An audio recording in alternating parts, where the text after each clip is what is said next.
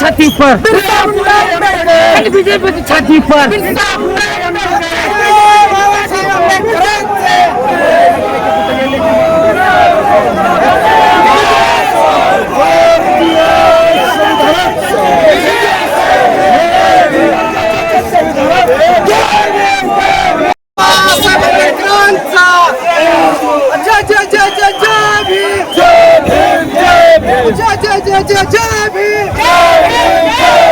Doctor Babasaheb आंबेडकरांचा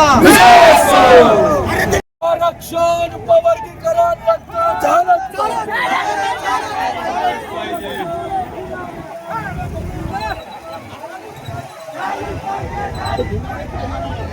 वाचलं का?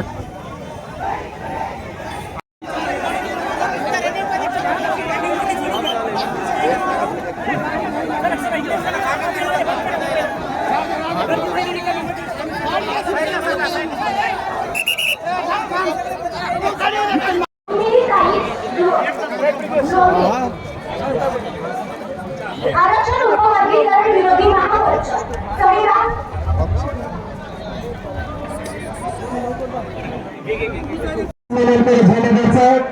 मागे बसलेल्या भीमसैनिकांना समोर स्टेज दिसले पाहिजे. सेवाची तुम्ही व्यक्त करतो आणि सांगतो की आज महाराष्ट्रामध्ये स्वतंत्र मोर्चे निघालेले आहेत. परभणी असेल, नागपूर असेल, जालना असेल, मुंबई असेल, नांदेडचा भविष्य असा मोर्चा निघाला की स्वतः एसपीने सांगितलं की असा मोर्चा नांदेडमध्ये झाला आणि तरी सुद्धा आपले कुटुंब सरकार अजूनही हारायला तयार नाही. आपली मानसिक शुद्धता की तुम्ही नवीन उपवर्गीकरणाचा राग करताय ते बंद करा, नाहीतर सरकारला स्मशान घाटामध्ये यावं लागेल. त्यामुळं देवेंद्र फडणवीस तुम्ही ज्या पद्धतीनं भाष्य करताय या उपवर्गीकरणाबद्दल त्या विधानसभेमध्ये तुम्ही स्वतःला लॉयर समजता, वकील समजता. आमचे काही समाजामध्ये पण आता आपले सुरेश आहे ते पीएचडी होते त्यामुळे त्यामुळं आम्हाला ही डेव्हलपमेंट शिकू नका. त्याच्यात सबसे सांगितलेलं आहे की हे इच्छुक आहे, इम्प्लिमेंट झाला पाहिजे. अनेक वर्षी सांगितल्या तरी तुम्ही निष्ठून चालता. त्या विधानसभेमध्ये खोट बोलता, झूठ बोलत नीट बोलायच्या पद्धतीने तुम्ही वागता आणि सरकार सुप्रीम कोर्टासाठी करून आम्ही करायचं नाही. तर सुप्रीम कोर्टाने काय काय करायला सांगितलं तुम्हाला सांगतो. 1951 ची गोष्ट आहे. त्यावेळेस मद्रास स्टेट होत आणि मद्रास स्टेट मध्ये एक चंपकरण नावाच्या व्यक्तीने या विचारणारा शेड्यूल कास्टला शिक्षणामध्ये रिझर्वेशन देऊन केस केली आणि ती सुप्रीम कोर्टात आली आणि सुप्रीम कोर्टाने सुद्धा ते मान्य केलं. त्यावेळेस तुमचा आणि माझा बाप या देशाचा कायदेमंत्री होता आणि देशाच्या संविधानामध्ये त्यांनी पहिल्यांदा घटना दुरुस्ती केली आणि ती घटना दुरुस्ती केली आणि या इथं असणाऱ्या शेड्यूल कास्टला म्हणजे अनुसूचित जातीला शिक्षणामध्ये सुद्धा संपूर्ण देशभर सहमती असतील अशा पद्धतीने ती घटना दुरुस्ती झाली आणि ती बहुमताने पास झाली आणि त्या सुप्रीम कोर्टात तो निर्णय रद्दबातल करण्यात आला.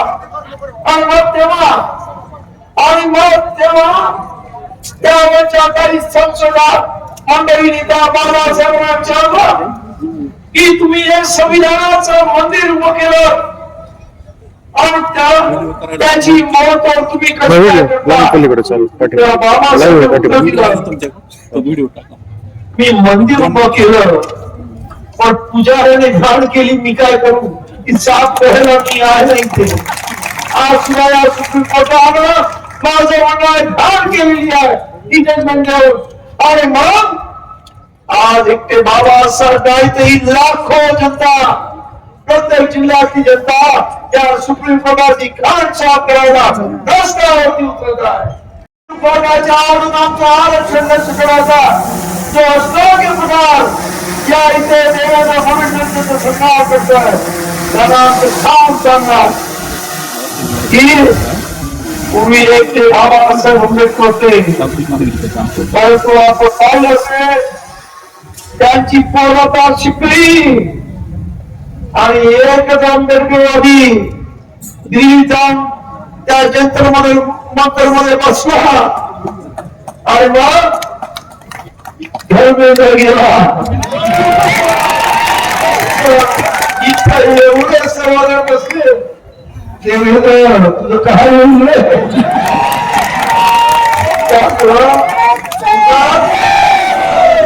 आमच्याशी वाद करू नकोस.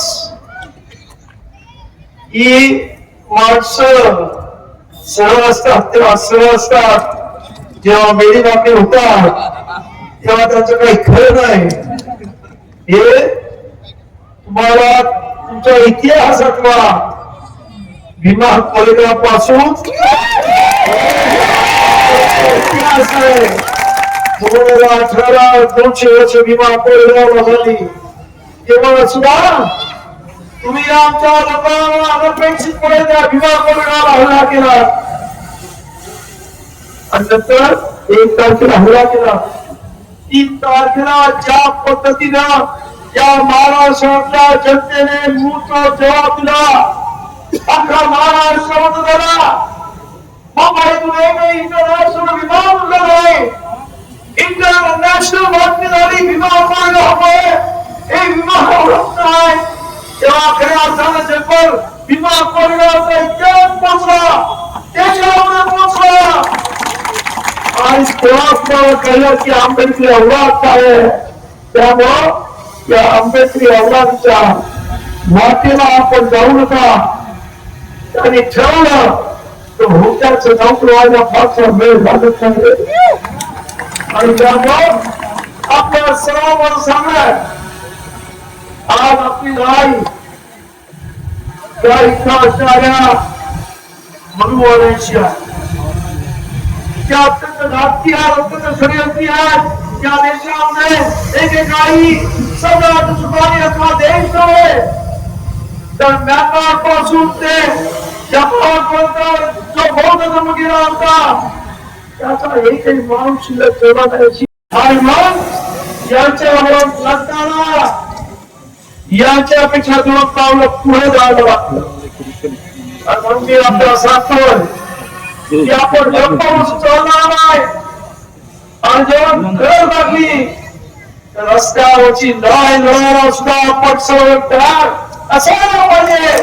हे मी आपल्याला सांगतो. मी रस्त्यावरच्या लढाईत आपण पाहिलं, जंतर मंतरला रस्त्यावरची लढाई झाली, धर्मेंद्र गेला, उद्या देवेंद्र जाईल. आणि त्यानंतर रस्त्यावरच्या लढाई जर आम्ही रस्त्यावर आलो तर त्याचा परिपाक काय होईल लक्षात घ्या. आणि हा प्रश्न फक्त महाराष्ट्राचा पुरता नाही आहे, देश पातळीवरचा प्रश्न आहे. त्यामुळं जरा हा देश पातळीवर गेला तर नरेंद्र सुद्धा राहिला. त्यामुळं आपल्या सर्वांना आव्हान आहे, ज्या एकजुटीने आज अनुसूचित जाती जातीची लोक एकत्र झालेली आहेत. त्या म्हणजे मला अनुसूचित जमातीच्या काही आमदारांनी सुद्धा फोन केले, साहेब हे आमच्यामध्ये सुद्धा आता उपमुख्यमंत्री करणार आहेत, तुमचं नेतृत्व आम्हाला पाहिजे. मी म्हटलं थांबा, त्यांनी घोषणा तर तुमचा काही नका करू, आधी आमची लढाई तर आम्ही लढतो. आणि त्यामुळे आज आज सर्व लोक आज आपल्याकडे आशावाद पाहतात. आज त्या देशामध्ये की आंबेडकर समाज हा स्वाभिमानी आहे. आंबेडकर समाज हा लढाऊ आहे आणि त्यामुळेच आज या अनुसूचित जातीमध्ये सर्व जाती आपल्याबरोबर आली आहे. या सरकारला असं वाटत होतं की उपवर्गीकरण करायचं, आंबेडकर समाजाचं आरक्षण कमी करून यांची प्रगती कमी करायची, परंतु त्यांचा डाव उलटा पडला. कारण आतापर्यंत जे चमत्कार बांधव आमच्या बरोबर नव्हते ते आज आमच्या खांद्याला खांदा लावणार, त्या समाजाच्या खांद्याला खांदा लावणार. अनेक माझ्या समाजाची लोक आज इथे येतात आणि म्हणतात नाही आपण सर आहे कसं नाव एक दिलेला एक विचारांना लढायचं आहे. आणि मग आपल्या सर्वांना सांगणार खास करून आंबेडकरी कार्यकर्त्यांना माझी विनंती आहे. मी बघतो प्रत्येक स्टेजवर बघतो प्रत्येक आंबेडकरी कार्यकर्ता चढावर उभ्याचं मागं आणि प्रत्येक जण स्टेजवर येण्याचा प्रयत्न करतो. इतरांना पण येऊ द्या ना, त्याला सुद्धा बोलवून घ्या ना, हातात हात घालून हे आंदोलन आपण यशस्वी करूया ना. आणि यासाठी आपल्या सर्वांचं सहकार्य हवंय. तर म्हणजे कारण देवेंद्र फडणवीसांनी मागेच जाहीर केलं होतं की 1 ऑगस्ट 2026 रोजी लोकशाहीसाठीच्या जयंतीच्या वेळेला आम्ही उपवर्गीकरण जाहीर करणार. 1 तारीख उलटून पैठून गेलेली आहे. कारण तुमची ताकद, तुमची रस्त्यावरची ताकद आज महाराष्ट्र सरकार घाबरलेला आहे. परंतु हे कधी उलट फिरेल सांगता येत नाही. आणि रस्त्यावरचे आंदोलन चालू राहतील. मी देवेंद्र फडणवीसांना सांगतोय की ही आंदोलन डिसेंबर पर्यंत चालणार आहे. 6 डिसेंबरला आमच्या बापाचा महापरिनिर्वाण दिन झाला आणि तुझा हिवाळी अधिवेशन आलं आणि तोपर्यंत उपवर्गीकरण मागे घेतला नाहीस तर तुझ्या विधानसभेला सुद्धा घेणार करण्यासाठी